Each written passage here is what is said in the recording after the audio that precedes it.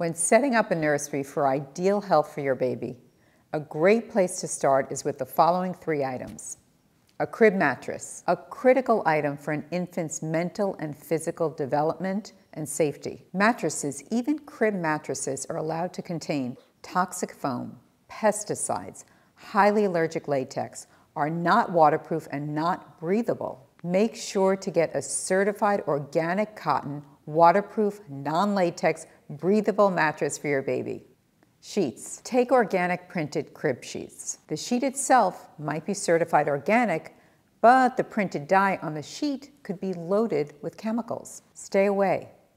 The crib. Choose a crib made without fake wood, paints, stains, or glues that contain toxic chemicals. A lot of cribs are loaded with them. Look for Green Guard Gold certification. Go with the big 3 and you're on your way to setting up a safe, happy, and healthy baby nursery.